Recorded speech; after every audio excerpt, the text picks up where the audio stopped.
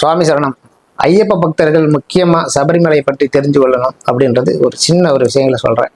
ஐயப்பன் கோயில்ல சேனாதிபதியாக இருந்த கடுத்த சுவாமி கருப்பண சுவாமி பக்கத்துல, அதாவது 18ஆம் படி கருப்பண சுவாமி இருக்காருல, அந்த அருகில தான் அவரை பிரதிஷ்டை பண்ணப்பட்டிருக்கு. அவருக்கு முந்திரி திராட்சையில நம்ம படையல் செய்தோம் அப்படின்னா நம்மளுடைய தோஷம் விலகி நன்மை ஏற்படும் அப்படின்றது ஒரு ஐதீகமா சொல்லப்படுது.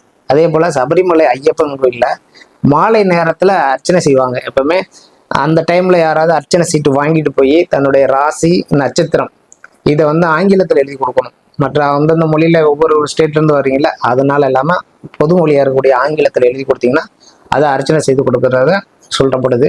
அதே போல சபரிமலையில பக்தர்கள் கொண்டு வரும் பொருட்கள் எல்லாம் சன்னிதானத்துல வாரம் ஒரு முறை ஏலம் விடுறாங்க. அதை விருப்பப்பட்ட சாமிமார்கள் வாங்கி கொண்டு போய் நம்ம வீட்டுல பயன்படுத்தலாம். அதுவும் நமக்கு நன்மை கிடைக்கும் அப்படின்றாங்க. நம்முடைய ஆணவம், கண்மம், மாயை, இது மூன்று இந்த அகந்தையெல்லாம் விரட்டவே தான் சபரிமலை 18ஆம் படியில 3 கண் தேங்காய் நம்ம உடைக்கிறோம்ல, 18ஆம் படி ஏறுறப்போ இந்த பக்கம் உடைச்சிட்டு ஏறுறோம், உடகை உடைச்சிட்டு போறோம். அது ஏறுறதுனால இது எல்லாம் நம்மளை விட்டு அகன்றும் அப்படின்னு சொல்லப்பட்டது அப்படின்றதும் ஒரு ஐதீகத்தை சொல்றாங்க.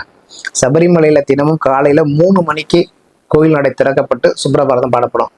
அதே போல இரவு 8 மணிக்கு புஷ்பாஞ்சலி நடத்தப்படும். அது பக்தர்கள் கொண்டு வரும் இந்த பூக்கள் எல்லாமே அதுல புஷ்பாஞ்சலி வச்சு வழிபாடு பண்ணுவாங்க.